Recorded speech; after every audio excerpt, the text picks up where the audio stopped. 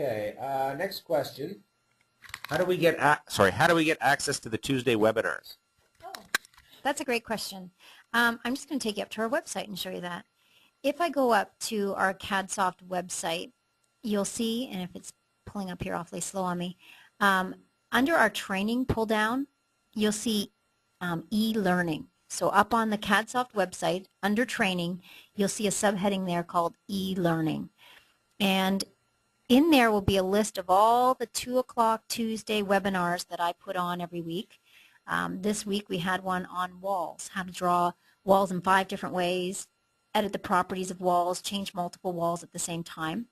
Next week we're going to be doing roofs. The following week it'll be kitchens and foundations. They happen every Tuesday at 2 o'clock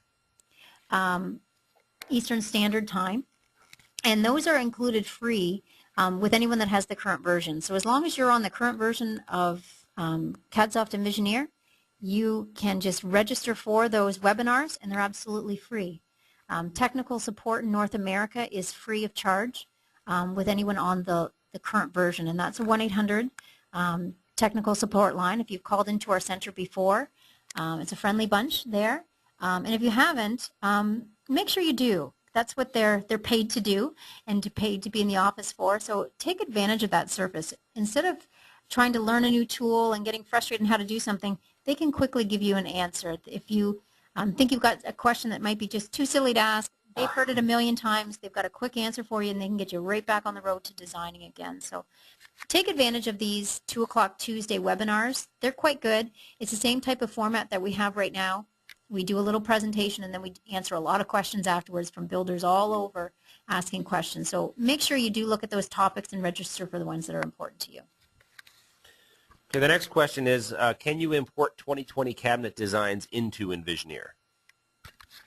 Through Envisioneer, if you come up here to File and Export, you can bring in objects that are done in DWG, DXF, 3D Studio, and SketchUp format.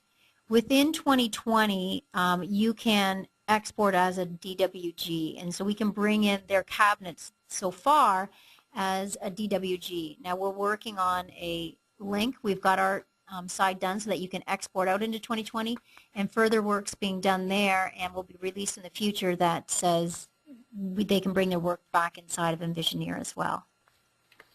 And just to elaborate a little bit on that, we don't like to talk too much about futures, but the ability to actually bring in native 2020 cabinets and appliances into Envisioneer is not that far away. So that's something that you'll definitely see within the first half of this year. Okay, the next question here, I think I'll answer this one myself, is can you elaborate the features of exporting to eye level and to what details are provided? And the one thing I want to it may or may not have been clear is eye level is primarily which is really a warehouser product. It's a structural analysis product that's primarily used by the lumber yards, okay, or the building material suppliers. It's not a product that's used by the builders or the designers or the architects. So basically, what the advantage here is if you take Envisioneer model, you save it as a an eye level Javelin file format. What that allows the lumber yards to do is turn around your quotes and your estimates faster because they don't have to redraw the entire model in Javelin. Now, what Javelin actually allows you to do is lateral load analysis. You can put point loads. You can do full structural analysis and engineering on the entire building. And so by being able to pass that model through to the lumberyard, first of all, they don't have to redraw it, so they can turn around the information faster. Second of all, there's a lot less room for error because what's happening now is the lumberyards are basically receiving, a PDF or a drawing file from someone, and they're having to rebuild that entire model inside of Javelin, which is very much prone to errors because somebody could read a number wrong. So there's a lot of advantages by using this continuous, what we call a BIM, a building information model, throughout all the different various phases of the construction process. And our integration with Javelin and now with MyTech and now with 2020 and all our other various partners are really the first time in the residential industry that building information modeling has become a reality because we're actually able to pass this model through to all the various stages of the construction market. I'm not sure if I answered that question properly or not. If you need more details after the seminar, please feel free to ask us, and we can answer a little bit more elaborately on maybe on the specific features of Javelin. In the sheet view, I have multiple overheads of my plan, one with electrical layout, one with dimensions, plumbing, and so on. Are they all updatable? Yes, every time you insert a view, it's coming in as a separate view. So you're bringing in that one view that's just going to be your wall layout. You're bringing in that second view that's going to be your electrical plan. Because they're all separated views, they're all updatable. And you can see when we were picking there, we can update just one of the views or we can update all of them. So yes, because they're being brought in as separate views, they're all updatable, and you can do them separately as well. Okay, the next question is, in the snap track mode, can you pick inside or outside of the wall or just the center? Okay. I'm just going to zoom in on a corner here so we can profile something as well. And then I'll grab onto that handy column. So when you're snap tracking, it's going to come to the center point of objects. And there's the outside of the roof, but I think we should be able to bring it. All the points. I thought so as well. It's not picking up on them on mine. You've seen them coming through? I've seen your cursor snap. Right. I'm snapping to it, but not snap tracking. So there's a difference. You can snap, like when you're using Envisioneer and you're using an object snap. The object snap snaps to the corners, but the snap track will only snap to the center of that point. And that's actually something that you'll see in a very, very short time enhanced. If I have my templates set up in version 5, will I be able to copy them over to version 6?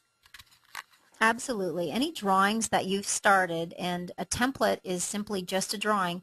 If you started in 5, you can open it up with no problems in version 6. So yes, anything that you've done in version 5, you can continue that work on in version 6, and especially your templates, because you probably put a lot of work into them so far. Make sure that you do keep using them in the new version as well.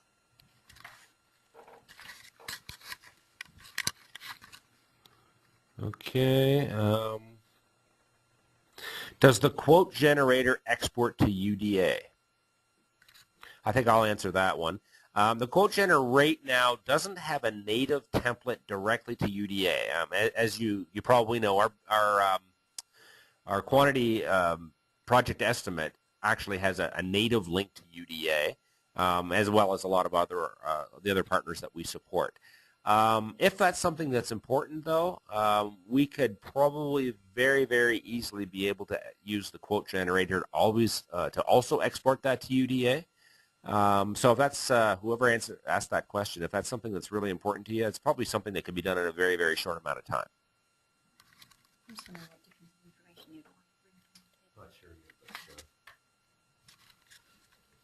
I think the thing we're looking for is if you can export out of Envisioneer from the project estimate to UDA, what further information were you wanting to export from the quote generator to get into UDA?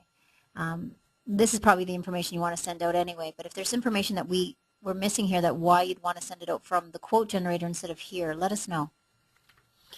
Next question, are the weekly Tuesday learning sessions available for download or watching at a later date if we can't make the Tuesday webinar? We're taping them. Every Tuesday I do tape that broadcast. The only issue we're having right now is that when we're taping them, the file sizes are astronomical. So to get them to stream off our website would probably shut down our entire site to get them all up there.